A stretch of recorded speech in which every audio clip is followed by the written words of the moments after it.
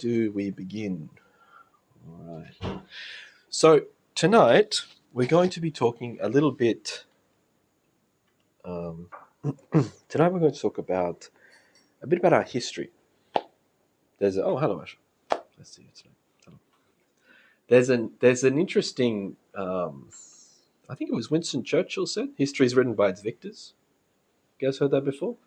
History is written by its victors. So history seems to be always being rewritten nowadays, and we don't have a lot of our real history about the about our world and about our planet. Everything's kind of messy. We don't really know. You have different theories. We have the evolution theory that we were talking about last week. Sorry.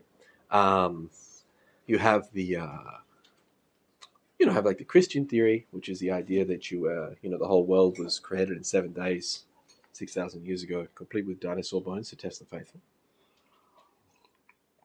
You have many ideas about things. Some people believe that the moon was once a part of the Earth and it's a chunk that flew off. And there's many ideas about our history, but tonight we wanted to go into a little bit about this cosmic day, which is something we started on last week, when we started to talk about the the dawn of the cosmic day. Yeah, we only just started. We were talking about evolution, involution. We were talking about the fact that we don't evolve. We don't evolve because to evolve means to eventually involute. Things get better, and eventually they go through a process just like the life cycle. We reach our peak, and then eventually we go through a process of so it's like a regeneration, degeneration. The tree grows and the tree dies. This is what we're talking about. But while we're talking about that, we started mentioning this talk about the cosmic day, the beginning of creation. And so we want to go a little more deeply into that tonight, talking about the history of our world. Because really, I forgot to write here, but the true history of our world, of our races, of our nations, is the I don't have enough space to say here, but the rise and fall of our esoteric institutions. And I'll go into that in a minute. When you look back through history, the real movement of history is where the epicenter of spiritual activity is. You understand what I mean? And then around that, we have all of the, how do I put it? We have all of the activity and movement comes around that. So as an example, hello. So, hello, come in, guys, come in. Around that,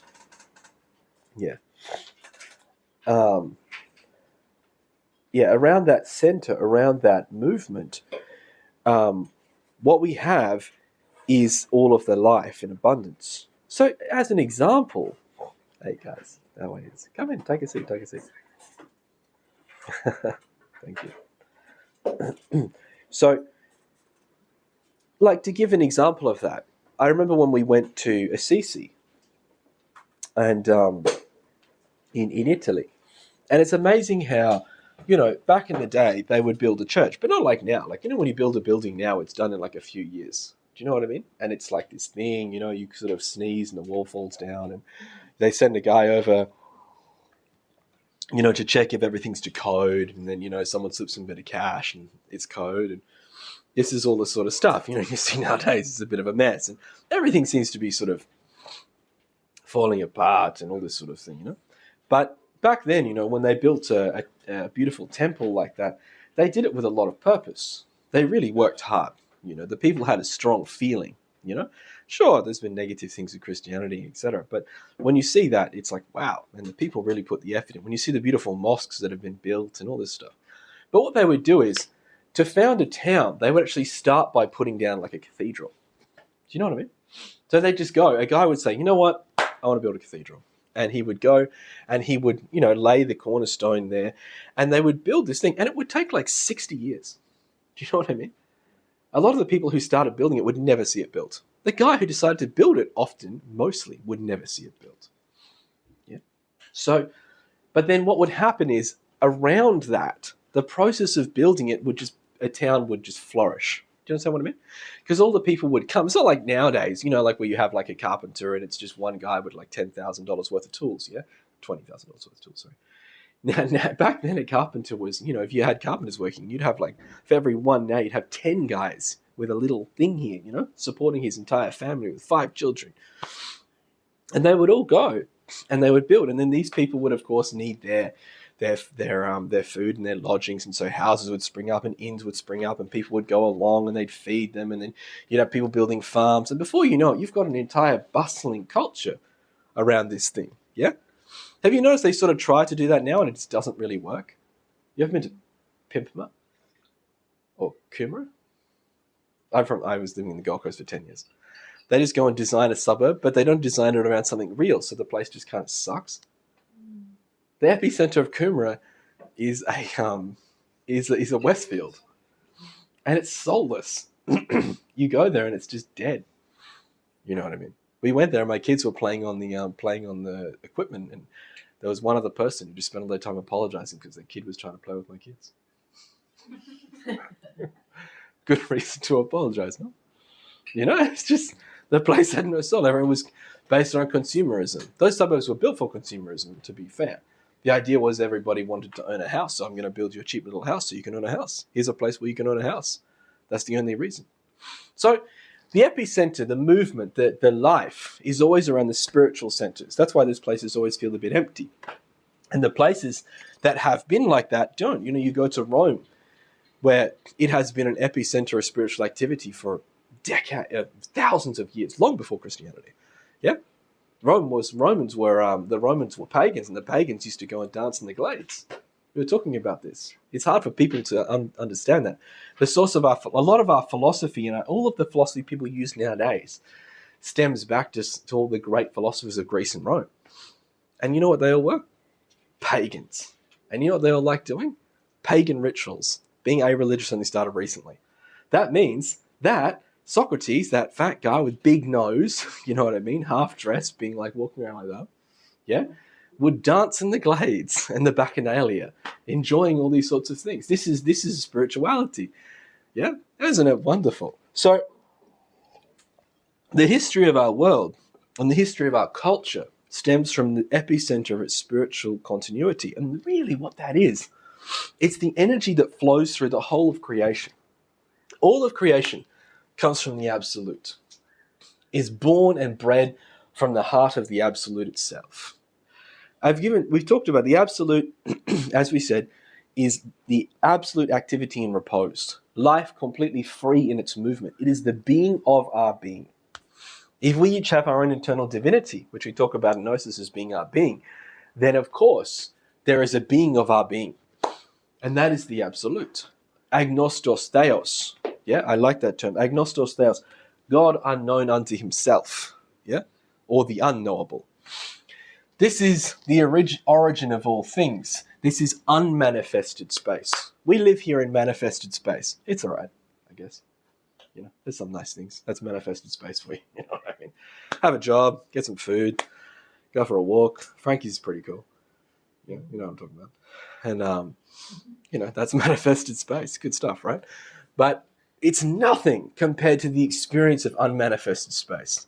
It's nothing compared to the freedom of being within the bosom of the being, the complete and utter joy of being completely free, the totality.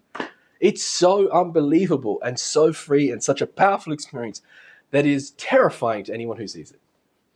That's why it used to be called the sacred terror. You know what? There's a word that has been popularized recently because of American culture that actually has a different meaning. The word is awesome. And we use it a lot. In fact, it's popularized in Australian culture now too. That's awesome. Yeah, it's awesome, mate. Yeah, it's awesome. How are you feeling? I'm awesome. That's great. Awesome actually means sacred terror. Awesome. To be in a state of sacred terror. That means to perceive something so profound that it terrifies you. That's awesome. You know what I mean? It's one of those things that should be yelled by the preacher. And he was filled with an awesome experience. And that's what it is. This is something that is truly, truly awesome. And I'm not saying that to be cool and down with the people and kitsch. Like, hey kids, you know what's really awesome? The sacred absolute son. No. It's the correct use of the word.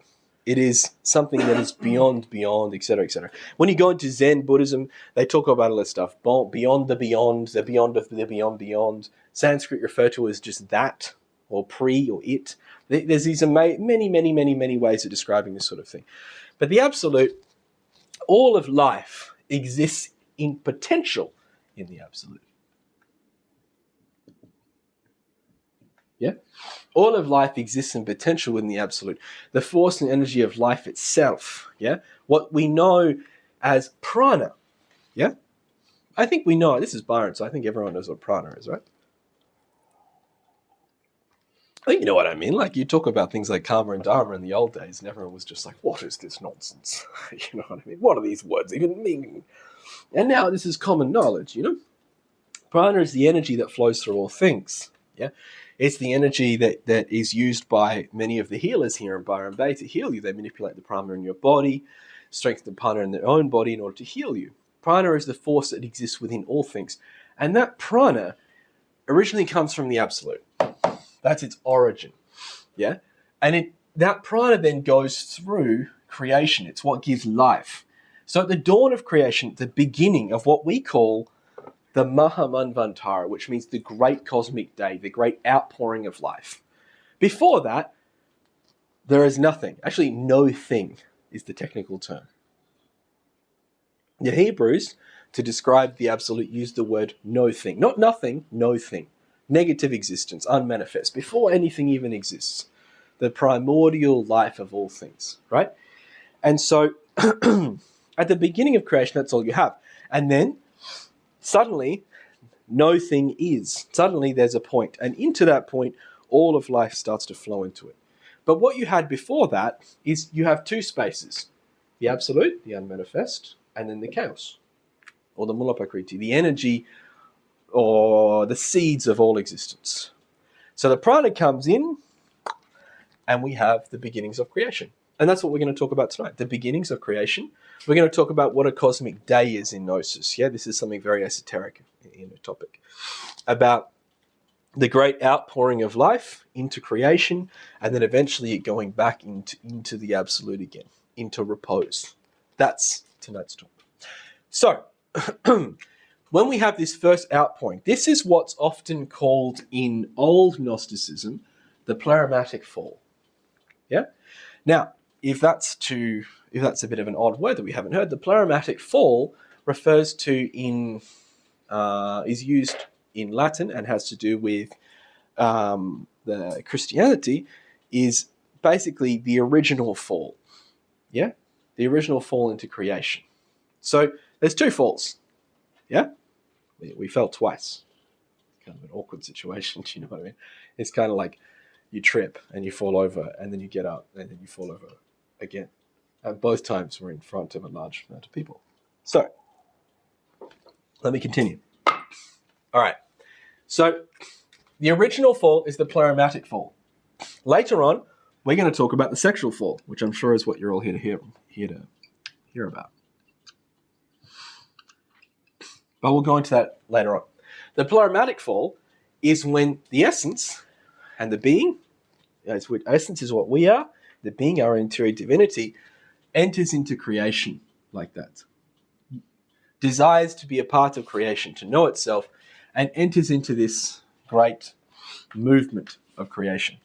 But to get where we are now, into physical manifestation, everything goes through a vast process of a complication of energy. As I said, this energy, the absolute, the first energy coming out of that absolute is prana. This is what we call in Gnosis the cosmic Christ. It's the energy of all things. And this then enters into creation and it begins a process of densification. As the energy, that's fine. As the energy moves further and further away from the absolute, it becomes heavier and heavier and heavier. Yeah? And so it still has those atoms, that capacity, that power from whence it once come, but it is slowly becoming denser and denser and denser. So I'm going to talk just lightly about this until we get to where we are, because that's more interesting. But basically, at the beginning of any solar system, any world, it goes through this process of densification, meaning that first, it is mental, meaning it exists in the world of the mind, mental matter. Then it densifies down and becomes astral, which is the world that we go to in our sleep. When we sleep, we enter the astral plane. That's a very normal thing to happen. If we're talking about the seven, because there's a lot of sort of new faces here.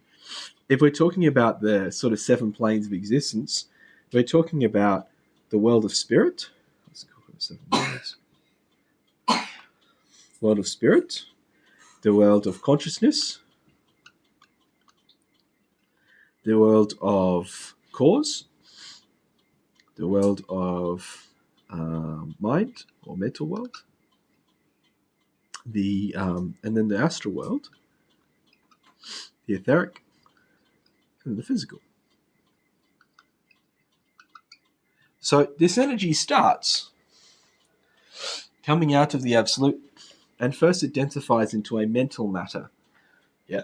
Then it densifies down, and it lives a whole round like that, a whole existence, just like we are here, but in the mental plane. Then it becomes astral. The astral body, as I said, when you go to sleep, you go into the astral. So you're physically asleep like that in bed, and as you're sleeping, you depart like that into the astral world. And your astral body goes around. That's why we have our dreams. We dream. And the astral world, of course, is not bound by as many laws as the physical world. You realize that because in the astral you can fly and you can pass through walls and you can remember things. You can have experiences like I remember I've had experiences in the astral that just last for days and days and days. And vice versa. I've had an astral experience that lasts for a couple of minutes and then I've been asleep for like 7 hours. Do you know what I mean? So time doesn't exist like it does there. So let me change it. Time here doesn't exist the same way that it exists from the astral world. Now, so eventually it becomes heavier and it densifies down into the etheric. The etheric is an energetic body that looks after the physical body.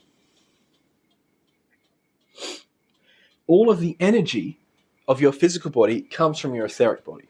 And all that sort of stuff like that, healing that like Reiki practitioners do and people who heal with hands, that's working with the etheric body. A lot of the sort of more spiritual, mystical healing techniques are designed around healing the etheric body. The reason why that works is because the etheric body is what gives life to the physical body. It's the reason why the heart beats. You know what I mean? It's one of those things I really like. Modern science is marvelous. It answers every single question, right? And they're like, why does the heart beat? And they're like, it just does. Why does the brain work? It just does. I remember my dad was talking once to an endocrinologist, came to our class. Really lovely man. We knew him for many, many years. We looked after his children. And they were just chatting one day, and my father started asking about endocrinology. And it was amazing. The guy just sort of said, he's like 15 years at university for endocrinology. And he said, really, we have no idea how they work. He said, we know what they do to the other organs, and we know that they secrete certain hormones into the body, but we don't really know a lot about them. They're very enigmatic, And what's interesting is the endocrine glands are tied directly to the etheric body. In fact, to sort of do a little side note, I haven't left myself a lot of side note space, but to do a little side note, if this is our little physical body, we've got a vital body around the outside, if we have like an endocrine gland here, like the pituitary gland, the chakra actually goes off and comes from the spine and then goes through the gland like that. Therefore, the energy of the world, of the tattvas, the prana of the world, enters in through that chakra and actually puts into activity that gland. I mean, the glands themselves are actually directly linked to the chakras. Like the largest glands, like the liver and stuff like that, are directly linked to the chakras. The Manipura chakra, for instance, is linked directly to the liver. And so a lot of that energetic stuff, all of these influences are because of the etheric body. So again, that's the etheric body. That's the etheric world. And so the beginning of creation, we're living in an etheric round. And this is when, if you were to look at a world that was going through the etheric round, you would see a nebula. Scientists see nebulas with their fantastic instruments, yeah? They can see other solar systems that are going through different periods of this, yeah? They don't quite see the astral round that yet because that's beyond the spectrum of the eye. But they can see those that are going through the etheric round because that world hasn't become physical yet. So it's living etherically and slowly it's creating a physical body. Eventually that nebula will turn into a world, which scientists actually do know that. They've seen nebulas and they know that the nebulas eventually become worlds. So that all happens. And then we finally get to where we are. A physical existence, a physical round, a physical world. And so this world in which we live, move, and have our being, yeah, this physical world that we have, which the Kogi Indians beautifully refer to as a luna, which has been living thousands, millions of years, finally reaches its physical existence. And when it reaches its physical existence, it is peopled by, so maybe we were there and we've reincarnated, I don't know. Mostly not, and I'll explain why. But what we then have is each planet, just like we have the energy of the absolute going through 7 modifications and then going back, each round then on its own, yeah, each round of creation then goes through 7 races. And what I mean by race, I'm not talking about, black, white, or Pakistani. I'm talking about all of the people of the earth. Yeah? All the people of the earth are a race of the earth, if you understand what I mean.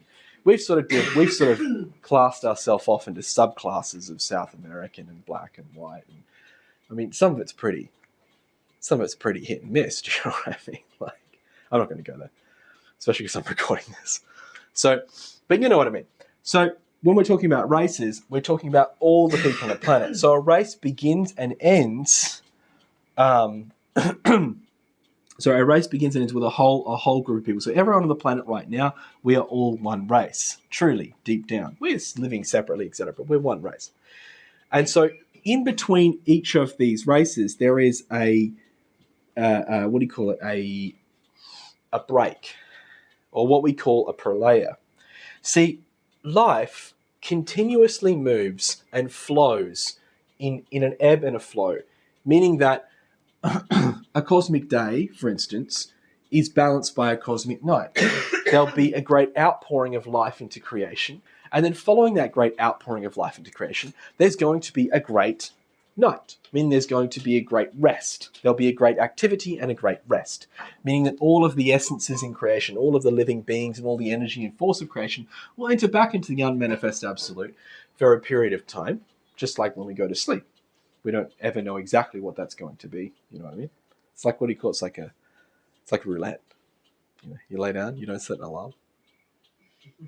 Who knows? You can sleep all day. Take a chance. Yeah. And so we go through this whole process, yeah? And then this is what we call a great cosmic night, or a Mahapralaya. So a period of time in that sense of night. So an activity and then repose. Activity and then repose. And the same thing happens when we have a mental round. There is activity, there is life and abundance in the round as all of it goes. And even I'm going to talk about the 7 races that live on this earth. We're up to a certain one, but we're not. Yeah, there's 7 races. The same thing. Each round will have 7 races. That's why I put these dots here. And then after that, there will be a pralaya. Not a great pralaya, not a great cosmic night, but there'll be a cosmic night, meaning there'll be some time of inactivity. And this is how it works. We talked about this in the lecture previously on evolution, involution. We constantly have activity and repose, just like in our world. Yeah, we see a great power rise. Like I talked about Rome. Rome rises and then Rome falls. America rose and then it fell. We saw that. You know what I mean? It was the peak of civilization. Everyone wanted to move there, and now nobody wants to move there. You know what I mean? And this is the same thing. I've been forewarning everyone, Australia is going kind of the same way. Yeah, everybody wanted to move to Australia. Remember, the Australian visa was like, sorry, the Australian passport, the citizenship was like the thing. Do you know what I mean? And now, not so much. The horrible inflation, ability to own a house, ridiculous price. In fact, you can barely afford. You have to work your ass off just to eat. Yeah, no, you see, and what that is just, it's going through that process. So, in that sense, we have the cosmic night between each of them. Within each of these races, we have an activity as a race goes upon the earth, as it moves, as it breeds, as it goes through its various processes. Yeah, it's rising. And then eventually it falls and it reaches its lowest point before it is finished. And between each of the races, the planet goes through a little cosmic night. And that little cosmic night is typified by a great cataclysmic event. Historically, these are around. There are what do you call it? What's the word? There are history marks. No. Clues? No, it's the wrong word. Relics? Pardon? Relics? Yeah, like breadcrumbs, I guess. There, we see things that have been left behind. Like, for instance, water damage on the Sphinx. It's true, there's water damage on the Sphinx. You know, the guy walks in, he sees the Sphinx, like, man, you're going to have to pull this all out. And that's a water damage joke. You never had the mold guys come to your house? Okay, don't worry about it. Anyway, so, but like, all of this sort of stuff, what we see, why I was mentioning that, is that between each of the races, there is a great cataclysmic event that finishes that race and then begins the new. Many people from that race move on to the following race. We know that. It's talked about beautifully in the Bible, where they talk about Noah's Ark, or his actual name, Manu Vaisvasthata. And they talk, but that is talked about in every single religion in the world. It's not just in Christianity. The deluge is in every single book. It's everywhere. Even in Aboriginal, I've got a beautiful book on Aboriginal mythology which I've read, and they talk about it. They talk about the great deluge, the great time when it all went through. It's an interesting book on Aboriginal mythology, which is like it's a 100-year-old book that I found. And so, but very interesting. The stories talk about the great deluge, and we all know about this. Even great scientists have begun to see it when they do their little carbon dating on rocks, and they find same thing, like they find water damage. That's one of the reasons why everyone should know that the pyramids weren't built by the Egyptians. Do you know what I mean? They weren't. Ben Hur lied to us. You know? That's not how it was done. You know, that they predate the Christians. Just like Chapultepec predates them. Yeah, it predates all the South Americans. Sorry for all the South Americans. You know, but it's true. It predates it. They've been around since Atlantis. They've been on the world for thousands of years. They've been there for a very, very, very long time. They're even here. You know, I can't wait to go. Atlantis is so much fun to talk about. We have relics of the great Atlantean temples were built like pyramids, all of them. You know, the Chapultepec temples are pyramids. They're just built a little bit differently, yeah? You know, there's one here. It's a Mullum. It's so freaking obvious when you see it. It's crazy. You know, there's a guy who just goes around the world digging up old Atlantean temples. He just goes around. Everyone tries to say he's a charlatan, but come on. What's he got to prove? The guy's broke.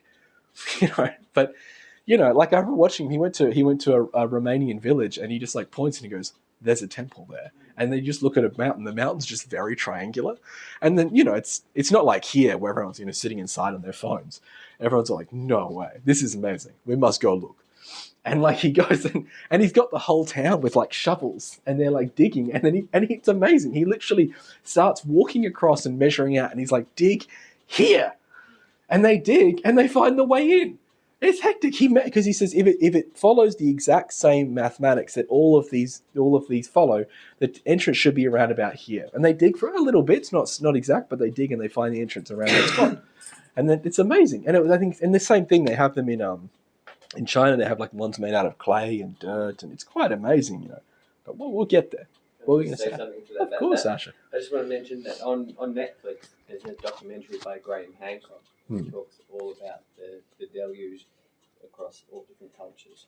And he talks about how what we think are relics and pyramids and temples of the Aztecs or the Incas actually predated That's right. from a previous civilization. Mm. And he talks about there's this technology called LiDAR, which can actually penetrate. You don't have to dig up mountains or dig up forests. It actually can see through the forest and see through the mountain. Wow. And they have tracked out ancient civilizations deep within the Amazon and deep within mountains. And so, That's amazing, isn't yeah. it? Yeah, to think that we're like this. Technology. Yeah, it's amazing. And what they've done is phenomenal, what they've built. Anyway, so let's talk about these ancient civilizations that have come before us. Yeah, I know that we're a super civilized people. We're so fantastic, you know. We can choose our own gender, etc., you know. And so we're quite amazing, you know. We're fluid. So if this is great, but there's been some people who came before us who are even more amazing. And I want to talk about them. Okay? So the protoplasmatic race. The protoplasmatic race existed here. Except here was there. It's going to blow your mind for a second now. So the protoplasmatic race was all around the North Pole. At that time, the world was still coming out of the etheric atmosphere, so things weren't entirely as physical as they are now. They were still semi-etheric. That means the bodies of the people, too, were semi-etheric, yeah? The essence, when it took a physical body, was semi-etheric. The animals were semi-etheric, yeah? Sometimes some people even have dreams about this. They remember this time period, and everything's kind of hazy, and everything's kind of blue, and it's kind of hard to see. Everything's kind of see-through. These are the first people, the first race that ever came. But since then, because it's thousands of years here, the poles have actually flipped. So that used to be tropical, but now it's freezing. If you understand what I mean. But this is over many times. Now, of the protoplasmatic race, we know very little, simply because when they left, everything was still semi-etheric, meaning everything that they did nothing was physical like it is now. So there's basically nothing left over. It's the same with the next. We're going to talk about the Hyperborean. There's only small little bits and pieces that we know about that. So the protoplasmatic race, all we know is that they were huge. The first people who lived on the planet started off large. So, someone say that? Oh no, I said, the giants. Yes, that's right. Everyone started off large and got progressively smaller. Yeah, because that's an energetic thing again. Everything was still etheric, you know, big and sort of coming down. This energy is moving down, down, down like that. It's flowing through creation and then eventually moving back up again to find its way out. So, yeah, it started off protoplasmatic. It was that energy. And the most we know about them is that they never fell, meaning that they were psychologically perfect. They were completely one with their internal being. I haven't drawn my normal little thing. I'll put it over here. They are one with their being. Here we are, a little essence, lost, looking for our own internal divinity, the spark of something greater. Okay, so they were one with their being. They never fell. They never lost that. Okay, so these great beings. Also at that time, masculine and feminine was just within the one body. There was no splitting of genders. That happened a lot later. So these were the great beings, you know, a lot of people, the original angels of creation, however we want to refer to them. And they finished by being, if you read Aztecs, the Aztecs talk about the five suns. The Aztecs actually have really, really old, their history is really old. They know a lot of Atlantean history that sticks with them still. And also like their numbering system's quite amazing. I looked at it once I never went deep into it, but it's quite interesting. They have like our numbering system's a little bit insufficient to kind of work with big numbers. Do you know what I mean? Like once you start saying a number like 600 trillion, 500 billion, 44 million, it starts to get very messy when you're trying to say, and you can say things like, what is it, like 1,000 billion to trillion, right? Is that right? I can't remember. Or is it 1,000,000 billion to trillion? Do you know what I mean? It starts to get very complex, especially when you're saying illion a lot, right? So they didn't have that. I'm pretty sure it worked under 12s as well, which is interesting because, deciding which system, the old school system worked with like 3s and 12s, but their system was able to make really large, because of that, they had a lot of calculations written down on their like old stone tablets. It talk about all sorts of amazing things, and their numbering system can work with, huge numbers, but just very simply written. The system that they designed. That's why a lot of people sort of often, if you look at the whole, the whole way of thinking that a lot of people have, that all our ancient civilizations were just aliens, a lot of people use that as an explanation, because they say, well, how did they have this phenomenal numbering system? How are they talking about astrology and stars from all over the place? If you ever have a chance, there's a very interesting documentary called From the Heart of the World. It's about the Colgi Indians, who were masters from the Sierra Nevada in Colombia. And they made another movie called Luna 20 years later. And during the Luna movie, it's hard to explain in just a quick lecture, but they are old ancient people who've kept their mysteries alive for thousands and thousands of years. Amazing process. Go watch the documentary. It talks beautifully about how they train their young masters as reincarnated to be able to take over the positions in the what do you call it, in the tribe. It's quite amazing, But one thing that I always thought was quite interesting was in the second film, which is done like 20 years later. The first one's done like the 80s or something. The second one's done to 2012 or something. I can't remember. And I remember they've managed to find the guy again. They just call him BBC, which I think is funny because he's just a guy who works at the BBC. But they're like, BBC, you need to sort your life out. And he's like, it's not my name, but that's okay. And but there's just these. But they take him and they decide they're going to try and show him how we're destroying the Earth, how humanity is destroying the Earth. They refer to themselves as older brother, and they talk about, generally degenerated humanity as the younger brother. And in that talk, there's one in the second documentary where they go to see this astronomer, and this guy is showing them all of these huge just photos, and he's trying to blow their mind, because he's found out that there's these tribal guys who literally just live in huts, right, in the mountains, never come down the hill, only occasionally trade with like a middleman sometimes so they can get metal pots because they're a lot easier to use, and metal, what do you call it, farming implements and stuff, and knives. But basically just live up in the hills, that's it. And so he's like, I'm going to blow these guys' minds, I'm going to show them all these photos of the stars, and they're going to go, wow, isn't that amazing? Look at all this science. And he's sitting with these guys, and the guys, and he's got these, they sort of chew this thing, it's hard to describe. They're kind of sitting there, the guy, not really looking at anything. He's there wearing they don't wear shoes because they like to connect with the earth. So, they're from Byron. And they're like that, and they're there. And then the guy's just showing them all these charts. And the guy's just, and the mama, he's this master, he's just kind of like, watching him. And then as they go, they keep going through them. And the guy's like, look at all these stars. Isn't it all right? Oh, these are amazing. Look at what we can do with this thing. And he's sitting there, this ginormous telescope. And look at all this. And then he goes, what do you think? And then he keeps talking. And then the mama just goes, boom, and just points his thing. He said, that star, he said, that planet there is very important. He said, that's where like a certain energy departs from that really affects our Earth very powerfully. I can't remember exactly what he said. Something along the lines. He said, that planet is very important for our planet. And what it does for our planet is very important. And the guy's just like, oh, okay, yes, oh, right. And then afterwards, they have the video diary thing, like Big Brother. They have the little video diary. And he goes, he goes, isn't it amazing? He said, I can't believe that he accidentally managed to point to the only planet on that picture. It's like, this guy's so arrogant, right? So he shows him a whole picture of stars, and in the middle of those stars is one actual planet. Everything else is just a star. And this guy, who looks like he's not paying attention, he's this, 70-year-old, mama who doesn't speak English, and he's from this tiny village, never seen anything in his life, points to one planet.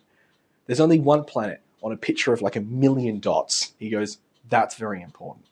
And the other guy goes, I can't believe he accidentally pointed to the only planet on that entire piece of paper. What are the odds? And I'm like, the odds? Are you crazy?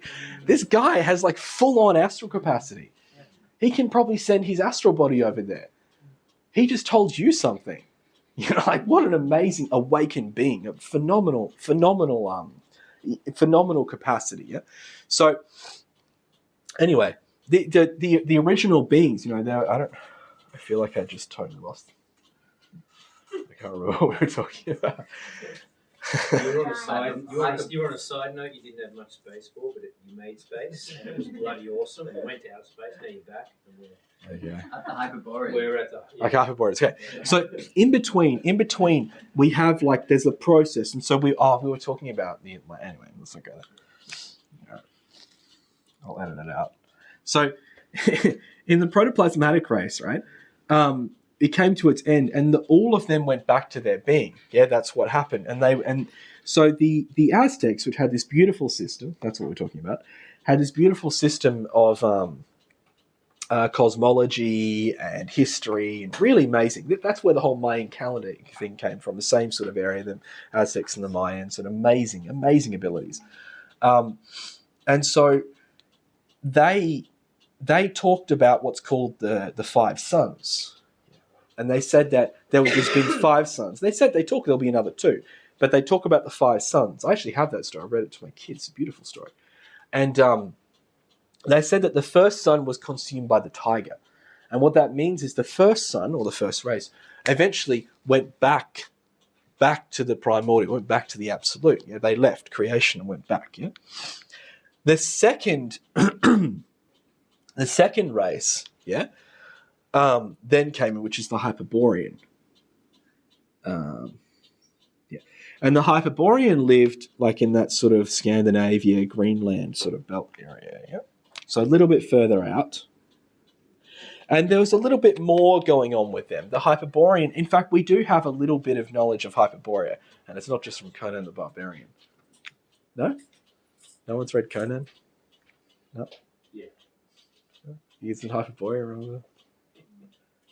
Okay. A comic book artist stole the word Hyperborea from ancient Greek mythology and then wrote Conan about it. There you go. Yeah. Culture. Okay. That's not culture. That's just degeneration. Anyway. So, anyway. I deserve it. It was a bad joke. So, the Hyperborea, when they talk about Hyperborea in Greek mythology, the original, and they refer to them as like the original people. You don't really hear much. A lot of people try to think the Hyperboreans like the Titans because they just don't really know. But they talk about Hyperborea as being beyond the Elysium fields, actually beyond their place of heaven, you know what I mean? And so the Hyperboreans, though, were the next race. And Samael describes the Hyperboreans as being somewhat of like a, he said they had like battles. But they weren't battles the way we know them because the people didn't have the ego. The ego came a lot later. The ego that we know now today, the desire that drives us, that moves us, etc. They didn't have that because that started in Lemuria. So they had battles, but those battles weren't the way. You know, they were more, not like today. You know, like a battle today, right? We don't even really have battles anymore. We just have war crimes. Do you know what I mean? Like, they had battles, but not like now. Not like now, like where, you know, everybody, you know, you dress in a whole bunch of, what's it called, camouflage gear and then hide behind something and then just literally drop a nuke on someone's family. You know, you get an AI program to find out where somebody is and then just send a targeted missile to their house while they're at home with their family. Yes, this is stuff that's actually happening, right? That's not that. Yeah, they had battles to settle disputes, but it was different. Yeah, the people didn't have the ego, so we don't really understand that. We don't understand how or why they would do that. So the Hyperborean people were similar. They were still an androgynous race. Yeah, the splitting of the genders comes in here, and because there was no, because we didn't have the two genders at the time, because people were androgynous here, it was, they used to split. They were still semi-etheric. So when a child was born, they would create a new body by removing some of their body to create it. In Hyperborea, it was sprouting, which means that they would create a body using from part of the body, which is why they talk about it. Was it like the they refer to the calves as like the wombs of the leg or something? I've heard people say that before. That was during that time. Still massive, and still we know very little about them. It all really starts in Lemuria. So Hyperborea was destroyed by the winds, great hurricanes that finished that planet, and Samael says they degenerated. We don't really understand how, because they didn't have the ego, but they degenerated to a certain point. They lost some of their connection with the being, with the absolute, with the energy of creation. And eventually they reached that point, as opposed to protoplasmatic that never fell. So we'll go here, tiger, go here, wins. So it all starts in Lemuria. So the Lemurian continent, the people were huge. The race of giants, that's Lemuria. Yeah? And this is when, if you go and you look online and there's all of these, like, what's that thing that someone said once? Archaeology, you spend more time hiding things than actually finding things, because a lot of stuff you dig up just doesn't make sense. Like all of the giant bodies they find all the time. The beautiful, I remember seeing once, it was in Africa, a guy found a footprint just in the forest. He found a footprint in granite. And he went and had is it a podiatrist? Is that a foot person? I don't want to get it mixed up with someone else. But they met a podiatrist, and they got this podiatrist to actually recreate it. And the guy recreated it using clay, and he managed to recreate it perfectly. And he showed that it was a footstep. Do you understand what I mean? He said it was so perfectly, because everyone kept saying, "Oh, it must be a hoax." And again, the guy's like, "Why would someone drive 5 hours into the middle of the jungle and carve this?" And also study it perfectly to make it a perfect replica of a person standing in a foot, and then carve it out. And he said it would have taken, because granite is hard. I don't know if you guys ever tried to drill a tap hole into a granite benchtop. Like, perhaps you're a handyman. That's what you do for a living. Yeah, it's hard. It's insanely hard. But when the world was still semi-etheric, it was not. And so at this time, when things were still densifying, yes, you could step in granite and leave a impression. And that's true. Even scientists talk about that. They say that granite, when they studied granite, they came to an understanding that granite wasn't always so hard. There was a time when everything was leaving the great steaming primordial soup, which is actually technically correct, that it was actually soft and eventually became hard over time. So this foot impression is from a Lemurian, a giant being. Yeah. It's also probably fair to mention at this moment that these races are all black. White people are not native to our planet. They come from a different planet. It's very interesting, that one. From the yellow planet, there used to be a planet in between Mars and Jupiter. Now there's just a giant asteroid belt, because that planet was so violent that they blew themselves to pieces, and then a number of them exodused over to here on this planet, and then continued doing that, which is why you find the white people are the most warring people on the planet, as opposed to black people who learnt off us mostly, but are actually mostly quite fine. So these races are originally black. The people in Lemuria were black. And tall giants, this race of giants, that's what you have, the race of giants. And so in this time, in the beginning of Lemuria, the people start out as hermaphroditic. They have both of the organs. And then over time, a certain very important thing happens right in the middle of Lemuria. It's actually so important that we're going to dedicate the whole of next class to it, because to talk about it now would take me at least an hour, maybe an hour and a half. So we'll talk about that next class. But there's what we call the sort of what Christians usually refer to as the original sin, the story of Adam and Eve in the Bible. That refers to a very specific moment in Lemuria, the sexual fall, and the origin of the ego. So next week, we will give the lecture, The Origin of the I, the origin of the ego, and we will go deeply into that exact process. But to just begin it, basically, in Lemuria, something very amazing happened, which is that at that time, the people had a natural, instinctive knowledge of cosmic truths, meaning that they had something that was more powerful than intuition. Intuition is like a remnant of what that was. The people just knew the truth. They knew how to act. They knew how to live, yeah? And what that did is they were able, through that faculty, to see the whole process of creation. And they saw today. They saw the way things were going to go eventually. And they were like, no way. I don't want to do that. I don't want to go there. I don't want to be a part of that. I don't want to suffer. You know what I mean? I don't want to work just to pay the petrol to go to work. You know what I mean? This is not going to happen. And they saw the way things would go because they had amazing faculties. You don't understand the level of faculties, right? We're the dumps, yeah? And so they began to leave. So meaning the astral body, where I talked about that, they began to leave, go to other planets in our solar system, leave our solar system. But these people were awake, so they were able to leave. Yeah, the consciousness was awake. They had capacity to use the astral body, so they began to leave. Now, remember how I said everything was beginning to densify down? Everything's becoming heavier and heavier and heavier. This is problematic because, and we'll talk very much more about it next week, everything in creation transforms energies, right? The animals, the plants, we sort of like have a level of awareness of that to some degree, but you turned to two. But so we have an awareness of that to a degree, right? But our human vehicle actually transforms energy. That's what it does. They talk about this in The Matrix. Wonderful movie. Excellent film. Super Gnostic film. 100% Gnostic film. In fact, when that film came out, my dad was called by the radio station in Adelaide to comment on what Gnosticism thought about the very Gnostic movie that just came out. I remember I was there, and my dad forgot about it and was asleep. So I passed him the phone. He was like, "Hey," and they were like, "Yeah, just hey, this is so and so in the morning." He's like, "Oh." Great public image.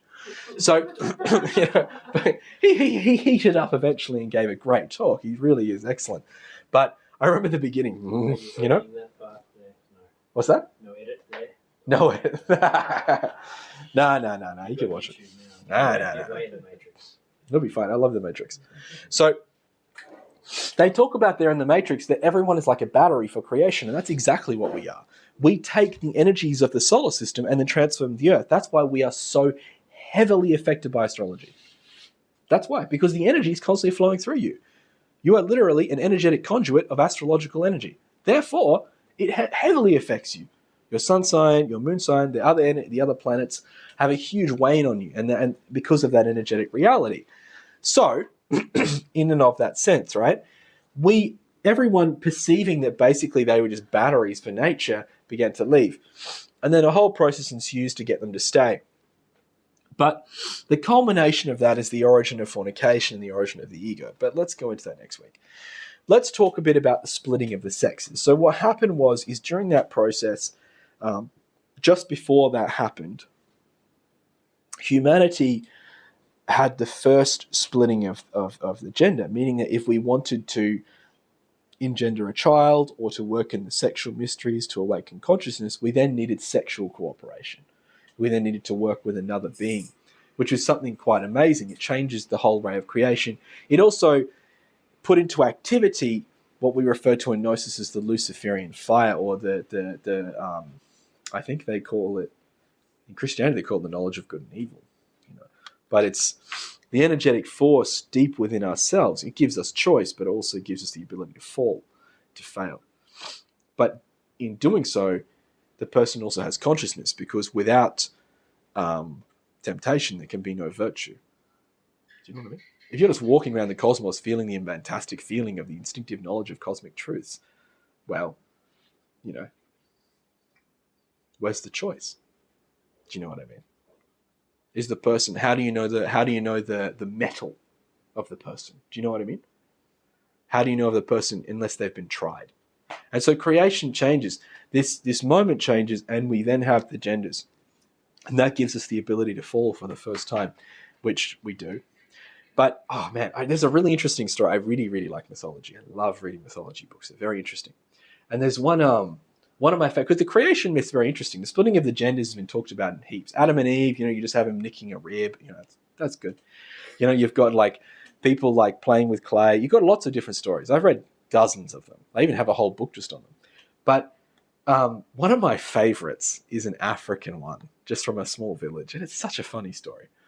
It's literally, I don't know if I'm going to say all this on YouTube, but it's literally there's a village, right? And in that village there are men and women, and there are penises and vaginas, and they live in harmony all together. and they're all friends. And then one day, the men and the women have an issue that they just can't resolve. And the penises take the side of the men, and the vaginas take the side of the women. And then it just makes sense for them to join forces. But then, the sexual organs are the ones that negotiate the truce. And they decide that because the whole of creation is going to collapse on itself unless we actually work together, they actually bind themselves to the people to keep everyone in balance. It's quite funny. It's just a funny story. But there are dozens, and they're all very similar. It's this whole idea that eventually we have this power, you know? It's the same story. Like the stealing of the fire is another story that's very commonly tied to the sex, you know? The fact that man is made of wood, meaning he has the capacity for fire, or made of clay because he has to be burnt to create fire, yeah? Or man has the breath of life but lacks the force of fire. It's always talked. The stealing of fire from the gods and Prometheus, etc. All of this thing, yeah? That process all becomes possible once we have the splitting of the genders. All becomes possible once we have that choice, yeah? Now, that's next week's talk. Let's go a little bit in.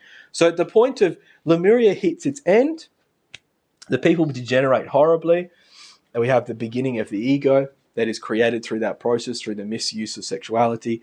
And then the ego begins, and I didn't really mention it, but there was some pretty serious stuff going on in here, and there was larvae in the atmosphere, meaning that there was a great changes and great falls and egotistical actions happened in some of these previous rounds, and because of that, there's been things in the atmosphere. Yeah, there's been things that can, and when the people in Lemuria fall, a lot of that larvae starts to influence them, when before it just would have just flown past and done nothing. Now, etherically, it starts to influence them. And so the people fall completely, and the end of Lemuria ends in earthquakes. Oh, no, don't write quacks. Quakes. Earthquakes. Yes? That's the end of Lemuria. There's a really interesting book on it called The Silver Bird. Anyone read The Silver Bird? I didn't think so. You know why? Because it's virtually impossible to find, and I found it randomly at O'Connell's bookstore in Adelaide, and it was very, very cool. It was a very interesting book. It is a book about it was written by a lady whose only other book up until that date was a book about DIY quilt making. Yeah? She was visited internally by a Tibetan Lama who told her to write this story. And every night she would have these amazing astral experiences, and then she would write it all down, and then she would draw it. And it's a beautiful book. Good luck getting it. It's extremely hard to find. But, excellent book. And she talks about Lemuria. She talks about the end of Lemuria, about the great conflict. Lemuria, I forgot to mention, was in the Pacific. Pacific Ocean. It's like... Atlantis is there. I sure do. Wait, America's on that side. And then Australia's like... You know where the Pacific is. So, basically, it was in the Pacific Ocean. Around that, but, the Earth has moved a lot since then. And just to be clear, there are a few places that are Lemurian. Africa is Lemurian. Yeah? Easter Island is Lemurian. And there's another one. Sorry? Australia is Lemurian. That's right. Australians are Lemurian. That's why we have some wacko animals. Yeah, and we have some really crazy stuff going on here because we are originally a Lemurian continent. And people are from the Lemurian race originally. And we see that Lemurian, and it's interesting, it's very similar. We have their more nomadic culture and lifestyle in those two countries. But so we still have that. In fact, that's why we have, and very interestingly, we have sort of like a Lemurian Dharma, why our country lived so prosperously for so long, you know. Because it was still living on the Dharma of the old Lemuria. And I'll go into it later. In fact, there's an interesting old story I read about the Aboriginals running away during the times of Atlantis to Australia to get away from all of the basically communist Atlanteans. But let's get to that in a minute, eh? So, that's Lemuria. Here we are. You know, you know the beautiful burly heads? Everybody loves burly heads. You love burly heads, right?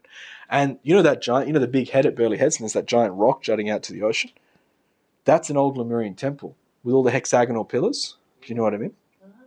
Yeah, me and my dad used to go there and climb down into the caves, which you can't climb in there anymore because like needles and stuff, which is just a shame. But we used to climb down the caves underneath the big rock, and we climbed down to the caves, and you could meditate. It's completely silent. Like you get no cell phone reception. You can hear your heart beating. And we used to climb down and sit in there and meditate at like 3 o'clock in the morning. And it was really, really nice, until they filled it full of beer bottles and stuff. But yeah, and yeah, my father had that experience. He was sitting in there and he saw it when he saw time like reversing, and then he saw like this huge temple built. Remember, the people were big. It's another reason why the bowls were a bit easier to move. They were bigger people, and they had this beautiful, beautiful, kind of like a little bit similar to the what do you call it? Like the sort of Greek pillars like that, like a temple. They sort of have like a little round thing on top, kind of like that. He said he saw it like that. That's why they're hexagonal. They're like beautiful cut stone. Not very round. And so you see this all over the place. You find the beautiful statues of Easter Island and stuff. This is all Lemurian mysteries, Lemurian knowledge. Okay, then we have the great earthquakes. At the end, the end of the earthquakes? It's in the Silver Bird, where the great, I forget the name now of the great high priest. The high priest stands up, and the people are like, "Oh no, it's the earthquakes! It's the end of the world!" And he just stands up and said, "I told you so." And then his voice is like drowned out by the blowing up of a volcano, which is it's a very good book. So in Atlantis, we then have the beginning of this is getting much closer. So Atlantis is in obviously the Atlantic Ocean, but the American continent. Most of the Atlantean people have moved across the American continent when it fell. Yeah, not to mention parts of it are part of that. So you see it in the, you see in the Mayan stuff, that sort of high forehead, that sort of thing. That's the Atlantean people. The sort of, I guess, are you allowed to say red people? Are you allowed to say red people? Like in the north as well, the people in the Native American Indians were part of that. The Tibetans as well. A lot of the Tibetan and Mongolian cultures are originally from the Atlantean era. The stock, the people, you know what I mean? So, so obviously we have that in the Atlantic Ocean. Obviously, the epicenter of Atlantis was the great city in the middle of Atlantis, but also the original Thebes, not the current one we know, was there as well. And as I was mentioning before, the Atlantean temples were these big, beautiful pyramids that they built literally everywhere. Yeah, they're all over the world. And remember, as I said, at that time, everyone on the planet's an Atlantean. It's not like just I'm an Atlantean and you're not. Yeah, we are all Atlanteans at that time, and you very likely were alive in Atlantis. Yeah, I had this one friend of mine. He was a young boy, and we went out camping once, and we were looking into the fire, and he fell asleep, and he had this beautiful internal experience, and he remembered his life in Atlantis. It was beautiful. He was there, and he said he saw, because Atlantis ended with the floods. Everyone sort of knows that, right? And he saw the flood coming, like that.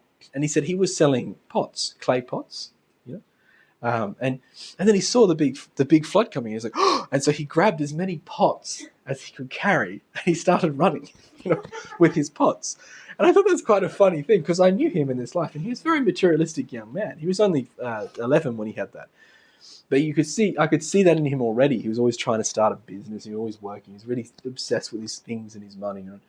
It's interesting, So he died. Imagine that you die, and your last thought is, "Oh man, I got to protect my pots." He's like, "Come on, man." You know what I mean?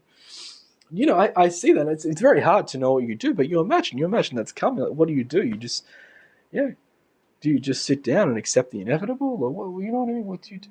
I remember it's pretty heavy impression, but I remember when the tsunami hit. I watched it when at first. I remember the tsunami hit in Japan.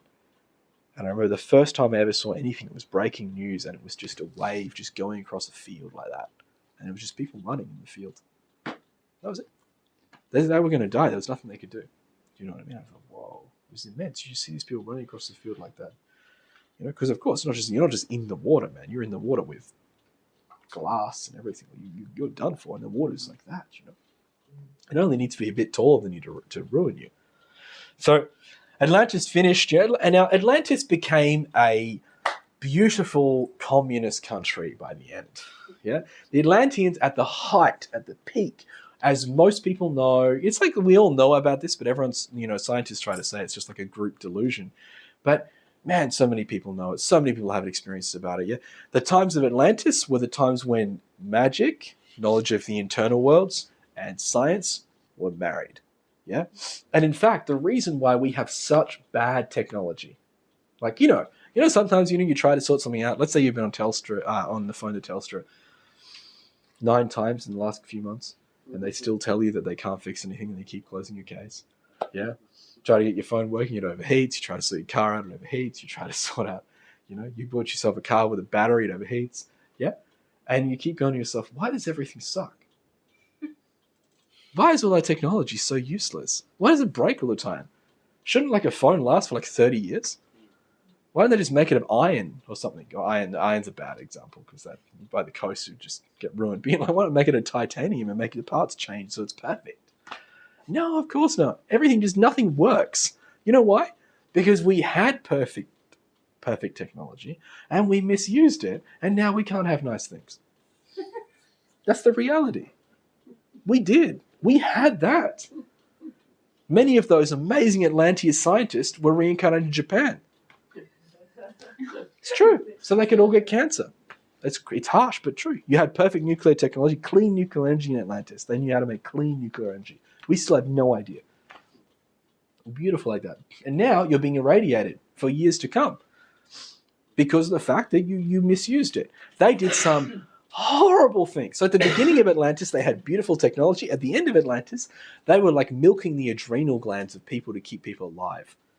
They were doing amazing things, but terrible things, but amazing things, but terrible things, Harry. And it's like, that's what it was like at the end of Atlantis. Atlantis, amazing, powerful civilization, amazing, but by the end, my God, there's some beautiful stories. Go look around. Atlantis is one of those things that there's so much about Atlantis because it's still around. There's so much around. Lemuria is a bit harder to find. You know what I mean? You have to sort of know what you're looking for with Lemuria, and that's tricky because no one does. But the Atlantis is everywhere.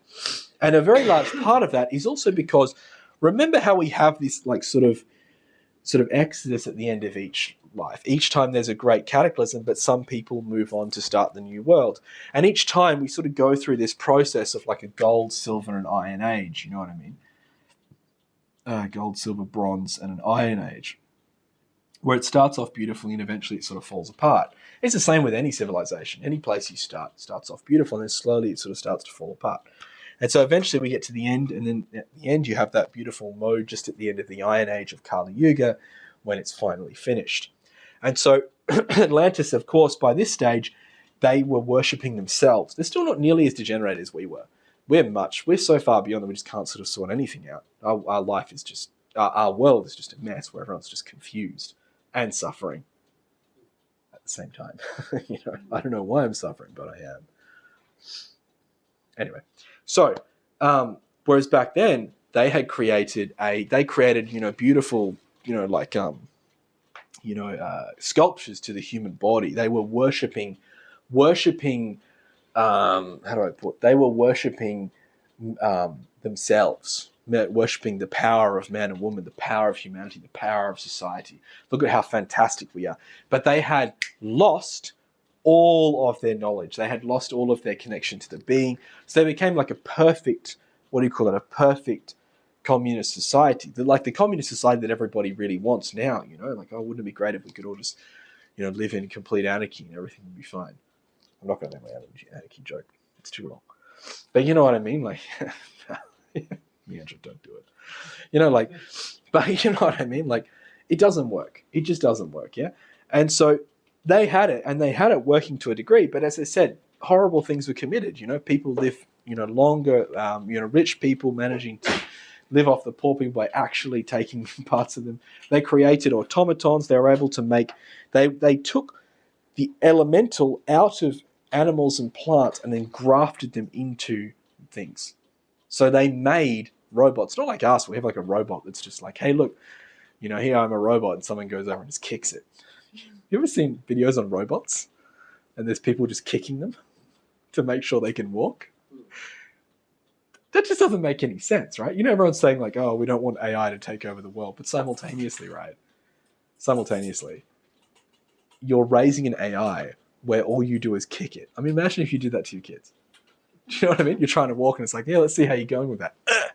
It just doesn't make any sense. They were able to create something really fantastic. Yeah. But at the same time, terrifying. They took the essence out of a plant elemental and then grafted it into the robot, linking these worlds together. But of course, this caused a lot of pain to the elemental. You're also not asking permission from the elemental, which makes it black magic. And they just did all sorts of things like this. Amazing things, but terrible things. Amazing, but terrible. Yeah? So, that's Atlantis. Atlantis ended in the Great Flood, which brings us to the controversial age. No, I'm kidding. We now, our age, so the end of Atlantis ended in floods and there was a great exodus. And the beginning of our age wasn't very good. Yeah, and I'll explain why here. Basically, a lot of the black magicians or the people who were practicing these sorts of negative magic and everything managed to make it through the beginning of our age. So this should have been, if you look here at the system we've got here, 1, 2, 3, 4, 5, 6, 7. Like when we're talking about creation sort of going down and going back up, you sort of see it should have gone back up. Except our race went down. Like that. So our race is called the Aryan race. You're probably familiar with the term. That's because the Germans, just before the war, became completely and utterly conceited and thought that they were the Aryan race, which doesn't make any sense because we're all the Aryan race. Everyone. White, black, and Pakistani. Yeah? We are all the Aryan race. Indians, the Aryan race. Black people, the Aryan race. Yeah, everyone was the Aryan race then, and they still are now. And these guys just completely, which is funny because they took that concept from theosophists and great studiers of the time, and then just completely bent it and misunderstood it 100%. You understand what I mean? So that's what I'm going to say about that. So we now are the Aryan race. This is our race. But let's talk here about the sub-races. Yeah. See, I haven't mentioned it here because, we know the sub-races of Atlantis, but I'm not going to go into that because it's just not necessary. You can look it up. It's around the place. But we then have, each race then has sub-races. So we then have, after having 7 races, we then have 7 sub-races. And what that means, again, is what I said, is what I started talking about. It's the flow or the epicenter of humanity moves slowly across the face of the planet. In fact, at the end of Atlantis, the great exodus, the great being and master who moved from Atlantis and then finished with Atlantis, before he left Atlantis, he actually went and specially prayed and did magical procedures on each of these sites to help with the inception of the new race. And so our race began in Tibet. It's quite high in Tibet. I don't know if you've noticed. Yeah. So at the beginning of our race, when everything had been flooded, the first beginnings of our race were in Tibet. Yeah. But not the Tibet that you know now. Yeah. The Tibet that we know, well, there is no Tibet now. It's kind of not funny, is it? There's no Tibet. There's just another part of China. It's like kind of a sad laugh. But so the Tibet that we've become familiar with, with the Dalai Lama and the various ways of living, that only started in 800 AD, with Padmasambhava taking Buddhism across, I think it was even later than that, taking Buddhism across to Tibet, And so this is the time of the Bonds, the original religion of the Tibetans. And you may have seen the religion of the Tibetans originally. Do you know how you've seen it? On the thumbnail of last week's lecture. No, just kidding. It's, if you ever see Tibetan pictures, they have these like just demons all over them. Yeah? There's these giant they're not demons, they're actually gods. but they're intense. There's just blood everywhere, and like, have you ever seen like Tibetan rituals that they do out? Like, not ritual, probably the wrong word. They do ritual is the right word, but they do like plays, and it's like it's pretty gory. You know, they talk about the creation of man and stuff, and they've got like they're using fake stuff, but they've got like blood everywhere. They're pretty intense people. You know, they're full on. It's so funny because like you meet the Tibetans and they're all like, oh, everything's lovely. We're all fantastic. You know, we just love and be happy. But then like, you know, all their pictures are of these just fiery demons biting and burning things. And you go, but how? That doesn't make any sense. That's the Bonds. Yeah, originally they were incredibly, incredibly violent people. And the beginnings of Tibet was like that. The beginning of our race started with fights, again, that was started in Atlantis, continued on through the beginning of Tibet, which really honestly ruined the beginning of our race. And many of the issues continued. That's why when you read old books about, you read spiritual books about people going to Tibet, and they see these amazing machines and things hidden within the hills and temples and stuff that have amazing science. All that stuff comes from Atlantis. So then it moved on to India and China, you know, which gives us some of our much more old things. So here we're looking at like 50,000 years ago. So there we had the great ancient dynasties, the origin of the Vedas in the early India. Then we move to Egypt, Persia, and Samaria. So we have the great time of the Egyptian pharaohs, the mysteries of Persia and Samaria. They're very old, like the Zoroastrianism and the really old mysteries of the of Samaria. And then we get to the mysteries of Greece and Rome. This is taking us to about 4,000 BC to, well, honestly, about 0. And the mysteries of Greece and Rome is that of, we see that in the beginnings of, you know, the establishment of the original university by Plato. We see it in the beautiful teachings of Socrates. We see it in the teachings of, we see it in the expansion of Rome. I love the way it's like, I saw an interesting comment where someone was talking about the fall of Rome, and it was like, this one guy said, well, Rome never really fell. He said, yeah, Rome fell, but at the same time, 70% of the languages spoken on Earth come from Latin. And all of our like systems of, you know, the way we use water and roads and like literally so much of our culture is Roman. It's just ridiculous. Unbelievably Roman culture that we live in, you know. So all of this came from that time period. Then moving on, that energy moves into the Anglo-Saxon, Germany, England. This is the Arthurian times. Yeah. This is the fights, you know, eventually Rome fell to the fighting with all of the Gauls and the Anglo-Saxons. They eventually fell to all this sort of stuff, and they fell to their own decadence, truly. And so then we have it moving through here. And then this is interesting. The last two here.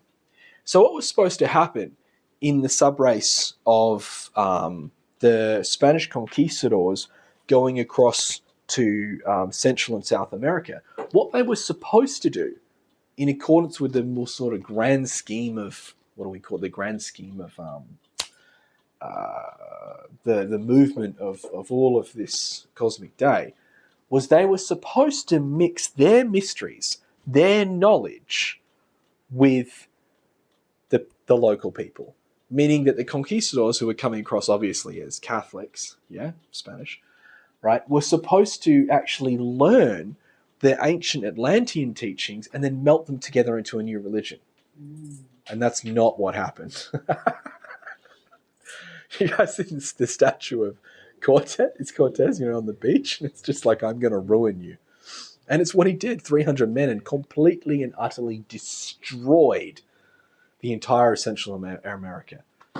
It doesn't help that they thought that he was the second coming of Quetzalcoatl, and they were pretty happy to have him there until he kind of burnt everything to pieces and killed everyone with smallpox. But what we see there is a great karma. And so the second root race, the second sub-race, then started with what sort of started a lot quicker. Yeah? And that was the settling. Again, it was the English people moving to North America. And it should have been, once again, Christianity mixing with ancient Atlantean Northern American, the Northern American Indians. And instead, they sold them all alcohol and killed them. Do you know what I mean? And so, in that sense, we went through that exact same thing again. And so this is pretty much where we're at now, where, and this isn't really USA, it's the whole Western world. Now, we pretty much everyone lives in the Western world now. It's getting there. It's not quite there, but it's very close. You know what I mean? The whole of the UK, the whole of Australia, the whole of the USA, but even all these other countries, they're all slowly begin to anglicize. You know what I mean? Everyone's become, there's like culturally, everyone's just allowing this. We have this whole melting pot, what do you call it? A melting pot of cultures. You know, it's really prominent in Australia. It's very prominent in America, but it's like that everywhere. I was talking to my friends, the same thing in Brazil. There's people from all over the world. You meet people, we meet people from Brazil all the time, and I'm like, you just look like a German person. You don't look Brazilian at all. It's like, there are a lot of German people in Brazil. You look Japanese. Yeah, there are a lot of Japanese people in Brazil. There's a lot of everybody in Brazil. It's a big country, you know? And this is the whole thing, you know what I mean? It's like everything's mixing together now. And each time there was a teaching, yeah? The Anglo-Saxon culture, that was when, you know, you had this beautiful beginnings of Christianity, where Christianity, which originally started, of course, in Israel, and it was a Hebraic teaching, moved across to the Anglo-Saxon world, and then through Germany and England. And you see like that. It's the same thing when you see the, the Arthurian legends. The Arthurian legend's beautiful. Arthurian is actually the perfect mixing of Christianity with paganism. Really beautiful.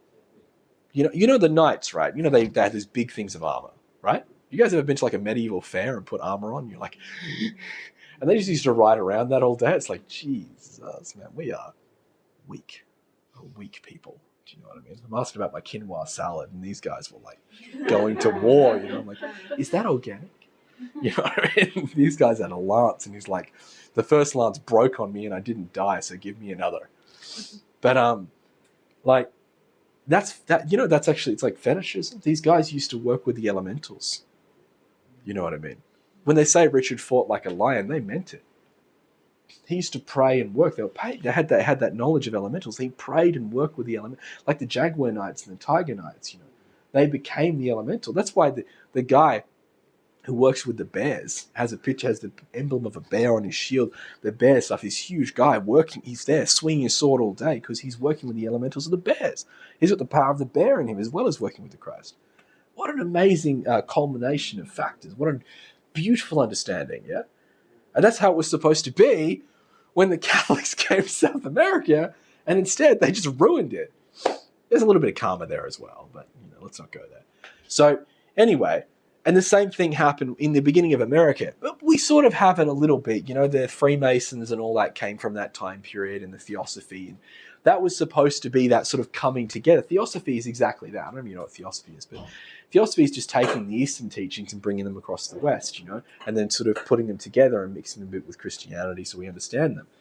But so now, Gnosis is here as the teaching of the seventh race. Yeah? Seventh subrace. It is the teaching of the last days. So you have in here, you look around the room and you see Egyptian, you see beautiful statue of Moses Lucifer there with these little horns, the end of the esoteric path. It's hard to me to explain that one, but he has the two horns of light that signify finishing the esoteric work. Something beautiful, Have then Joffre's Aquarius, Celtic cross, and the obelisk. It's very phallic on purpose. Yeah? We have the pictures of Master Samael, tarot cards, Egyptian tarot cards specifically, not Rider-Waite. Yeah? And not like just a drawing of Rider-Waite. They're their own thing. Yeah? The beautiful pictures here. We have the wonderful picture of the the esoteric path, runes from the Celtic and Norse tradition. We have the lamasery exercises, the Tibetan tradition. Everything is in these teachings. Not because you're supposed to do everything, no, but because in this room, we have people from everywhere in the entire world, if you understand. And now that we're living in the melting pot, that's what we are now. We're the melting pot, yeah? Here in Australia, it's just everyone from everywhere. So you need to find the mysteries that are going to wake you up. When you were back in, you're living in the Celtic lands and everybody else was a Celt, sure, you followed the Celtic mysteries. It was easy. But now, there's a specific way of your being. There's a specific knowledge that exists within you. Yeah? And a specific technique and practices to extract it that you have to find. And it's in Gnostic doctrine. Gnostic doctrine has a huge... If you ever start studying Samael's work, you're like, man, this guy just sort of talked about everything. And that's the whole point. Because we're now living in the everything world. Do you know what I mean? Everything, everywhere, all at once. That's how it is now, So Gnosis is a teaching for that age. And each of these teachings that came before, they were a teaching for an age. Do you know what I mean? Each of them was a teaching for their age. As I said, the first pagan teachings, they had their point. The old old teaching of the Bonds in Tibet, the original early, I guess, I don't know, it's like very early Taoism in China. I haven't studied enough to talk on it. But, all these things, they were each to fulfill a need in a certain age. And that's the true history of our people. It's always been our connection to the being and our desire to go back that has actually been the center of humanity. And even right now, it still is. Yes, there's a lot of materialism on the fringes, you know what I mean? But the true force of society is there, So, at the end of our race, there's going to be another cataclysm. Yeah. And this time, it's fire. I don't know, pen. Yeah. This time, it's fire. Pardon? You really see that. Oh, yeah. That's right. There's more than you think, though. It's not just bombs. The mining that we're doing is eventually going to cause problems. Do you know what I mean? The mining, pulling everything out of the earth and just putting air back in there. Eventually, that's going to catch fire. There's going to be some interesting stuff. We don't know when. And I want to give you something. I want to give something to you here when I talk about this. It's not so hard and fast. Do you understand? It's not so hard and fast as that. Nostradamus predicted the end of the world in 1999. And Nostradamus was pretty damn spot on about everything else. So that's pretty interesting that he was kind of off on this one, right? Mayans predicted 2012. Well, actually, technically the Mayans, they predicted 2042. 2012 is the beginning of the end. 2042 is the 13th Katun, the very end. But while... Sorry? Started to change. Yes, that's right. But in the end, how do I put it? When we talked about in Karma Dharma about the conscious law, there's still all these beings moving through humanity. And a race only ends when the people reach an irredeemable level of degeneration. Meaning the people have reached that end. And there's not saying as in there's no one left to teach, but it's like that. Do you know what I mean? We're right at the end. And I know we're living on borrowed time, but we are borrowing more time. And the change in the things, I don't know if you noticed, I'm not going to go into it too much, but I don't know if anyone noticed lately, but things changed very dramatically in about the last month or so. Like, it went from everyone being like, there's no point to live, it's over, to, well, it sucks, but there's time. A lot of people had internal experiences about that we got 15, 20 more years added to an already maybe 10 left, who knows? Or 20. So maybe we got 40. That's good. You could do a lot in 40 years. So I'm just saying, that, yeah, we're living in this time. No one knows the exact date. No one knows what's going on, And it's not going to be like that. Like, you guys seen that movie? You remember the movie 2012 and San Andreas? Remember when those came out? And it was just like, the guy's like driving and the road's just falling apart. He's like, oh my God. And then it ends, it has the worst ending. It ends with the kid being like, I'm no longer in pull-ups. It's like, okay, that's the end of the film, huh? I don't know if you remember it, but it was a bad ending, man. It's a hectic. It's just a fear film. It's about fear. It's about people who you want to be afraid, so you watch it. Was talking about 2012 explicitly and kind of going over the fact that part of the school curriculum in South Australia, I don't know if it was everyone the same, but when I was in year 7, so 2010, it was part of the curriculum to watch 2012 for some reason. Really? Yeah. Yeah. Okay. That's crazy. We watched Pepe Reinstrumpf. We watched Pippi Longstocking. Sick. Like in the original German. Anyway, yeah, that's crazy.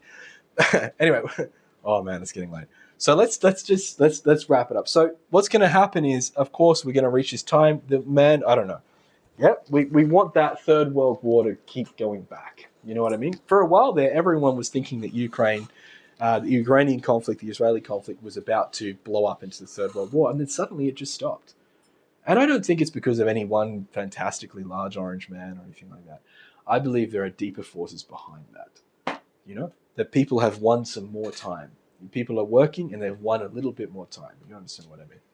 So, but eventually it will. And when that process happens, there will, just like any other time, be the movement to another era, a new age. And that new age is called karate. Not karate, karate. Yeah? And the karate is the new age. So Francis Bacon talked about it in what he called the New Atlantis. In that book, he describes that place. He means New Atlantis because he's talking about the new race, the new world that will form. No one knows where it is. No one knows when it will be. Yeah, but there's a lot of talk about that. The supposed large change and movement in extraterrestrial activity has to do with that. Supposedly, that's the way we'll move from that new age. Steiner calls it sixth epoch. The sixth epoch. Yeah. Yes. That's right, the new age. Yeah, the sixth age, the sixth epoch. And that's the new age. We don't know a huge amount about it, except it will be shorter, once again. As the energy of the Earth, like we talked about here in Lemuria, is now beginning to go up. Therefore, less energy is going into the Earth, that the Earth can then once again become etheric. And once the Earth becomes etheric, it will become astral, mental, and then it will go back. And then, the old Earth will become a husk. And that husk will rotate around the new Earth in the beginning of the next one. Meaning, yes, Saturn is the oldest planet in our solar system, for it has been through many rounds. It has many moons, many old Earths surrounding it, many old Saturns surround that one. Whereas our Earth has only been here once. It has one moon. It has been through one cosmic cycle. It is very new. Yep. So, yeah. That's all I have to say, I believe.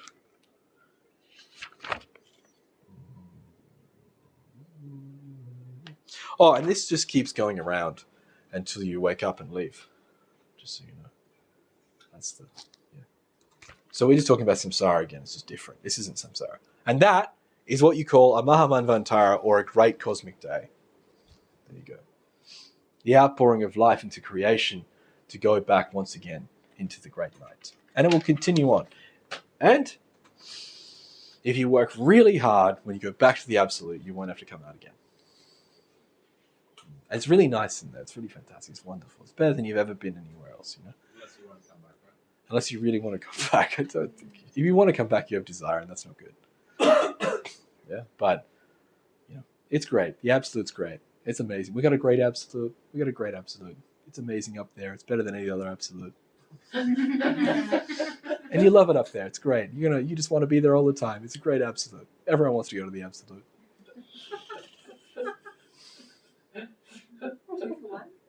And then what?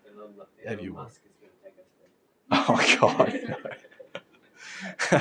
You know who Musk is? Musk is the guy in that. You remember that Don't Look Up movie? Do you remember that? Musk is that guy, eh? You remember the scientific guy who's going to save everyone, and he ends up taking everyone to like another planet, and like half the things blow up. It's like, oh man, great guy, but who knows? Anyway, we're all going to work really hard on ourselves. Any questions about that? Working hard on ourselves. About working hard on ourselves. Ah, yeah, that's an interesting topic. That's all the early talks that we kind of skipped over, you know. The cornerstone of Gnosis is the sexual alchemy, the work in the fire, and the psychological work, the death.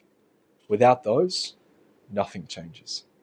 And that's what we're trying to spread to people, to give people that capacity. And the third one is sacrifice, working for humanity freely to our fellow man. Without those three, people don't change. Nothing changes. Life just continues going. So yeah, to free ourselves from this process, we need the alchemy to free our body, and we need the psychological death to free the mind. You know, so yeah, it's described very nicely in the Matrix. It's Trinity who saves them. The love and the kiss. That's what the kiss is. People don't know that. You know, nowadays they just like take the kiss out of movies, like whatever. Remember in Frozen, it's like the power of love of a sister. It's like, oh come on, that's not archetypal. You know what I mean? It's not. I know you can still like it, and it can still be a mess. You know, but the thing is, it's not archetypal. You know, it's the kiss. It's Trinity's kiss that wakes Neo up. It's the alchemy, and he's dead, and then he resurrects through the alchemy. It's marvelous. Such a deep film. The Oracle told me that man, the man that I loved, he would be the one. I know that because we had an original VHS of it, and my dad, it was really, you know, like VHS just had bad sound quality, so my dad couldn't hear what she was saying, so he just kept pausing it and playing it over and over again. So I've just got it stuck in my head, you know. Yeah. Yeah. Anyway. Do you know what the prediction of the fall for the next 6 Karate might be? What do you mean? So the fall of fire, quakes. I don't know. Theory? In the Kutun, in the Aztec, they only talk about 5 suns, and then they say the others will come, but they don't say anything about them. They never say how, you know, because it's very cryptic. They sort of say the first was consumed by the birds, which is wind, and then the next by the crocodiles, which is the water. Sorry. That's Atlantis. They talk about that, but they don't talk about it. They mention it and they say other suns will come, but they never say what they are, because they're teaching their children about the Aryan race, about the race they live in. Yeah, that's all we know. Housemate of mine, an older woman who's very into the Mayan calendar. She's been studying it for like 20, 30 years, and she spoke to some of the insights that was received with the fact of how the Gregorian calendar has changed when it comes to 2012 compared to the other calendars. So like 2012 is still coming. Hasn't actually happened yet, or Okay. it's in the process of happening because of the time groups and stuff like that. I know Samael said that the 14th Kutun, meaning the proper end of the calendar, I don't know if that's is supposed to be 2042. But recent experiences, due to the nature of the way things have just changed so dramatically in the last month, many people have had experiences that we just got 20 years on that. That'd be great. No, otherwise, you know. But how are we going to spend it? Getting more stuff? That's a great idea. You need more stuff. Cars, stuff, money. Oh, we could come to some classes. Sorry, can I clarify something? Yeah. You were saying about how our Earth is going through that 7 or that descent. The process of the rounds, yeah. 7 rounds, yeah. Like evolution and involution. Yep. In I understand parallels. what you mean, yeah.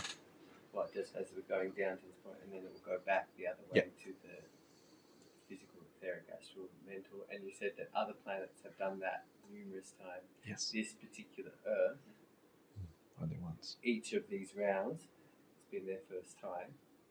Second. Oh, you mean this Earth now? There was Yes. one before it, though. The essence of the Earth transfers into the new body. So the planet that was our moon was the old Earth.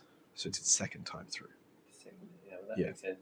I'm just thinking to what Steiner talks about. He talks about old moon and all Oh, he's that. immense. He had amazing. Steiner had crazy faculties. I've got his book on astronomy, or talks on astronomy. Really, really amazing understanding of it. Yeah, I think so much into this. His clairvoyance was amazing. Really amazing. He had amazing understanding about the planets. Amazing. Is that why in the solar eclipse the moon's the exact size and perfect distance from the Earth in relation to the paternal sun? I don't know. Have you watched one?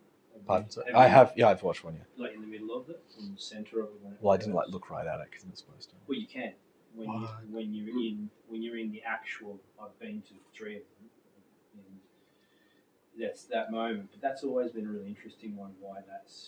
Why the moon is the exact size in relation to the distance from the sun to create that perfect unification, kind of male, female, positive, negative sunlight, dark shadow in relation to our Earth. Hmm. It's really- I know what you I'll mean. I mean, start it with used you. to be the same Earth. You know, it's That's almost what like I it's mean. just come down to that perfect size. You know, like Yeah, in relation to the body that revolves around it, potentially. Hmm. Could So be. I'd never heard this theory, but that felt like a correlation. Mm. There's the theory. I mean, other theory people have. Some people have ideas that like it was part of the something hit the Earth and it came off, but that doesn't really make sense. Do you know what I mean? Like, because one is really big and there's sort of be like a hole somewhere, you know. But yeah. Okay. Good. Guys, want to do a practice? No more questions? Happy?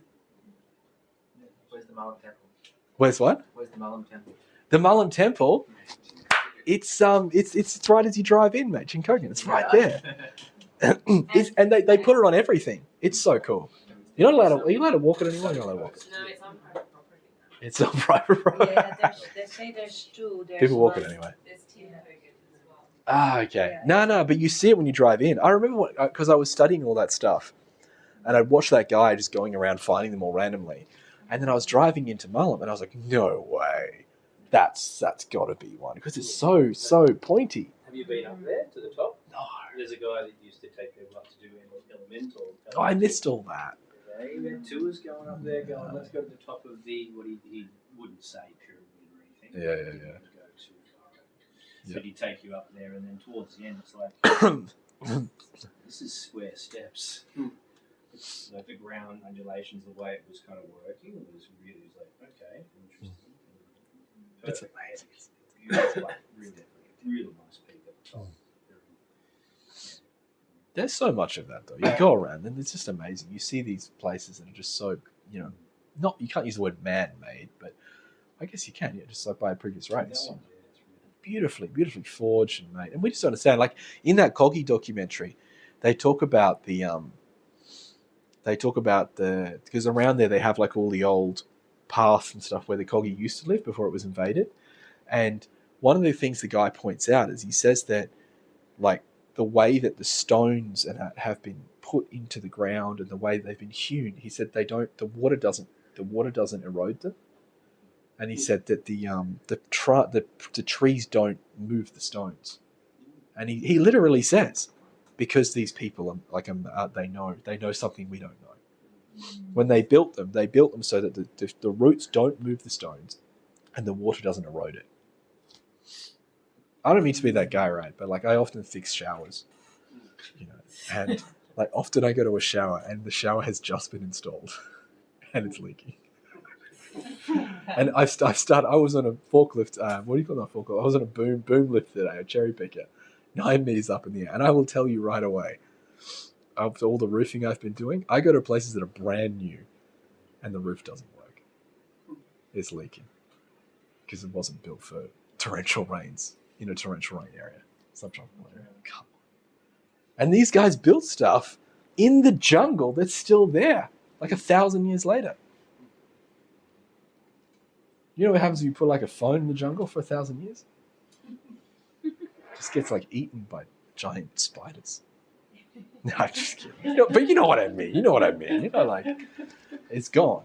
It's gone. Anyway, okay, good. Meditation, yeah.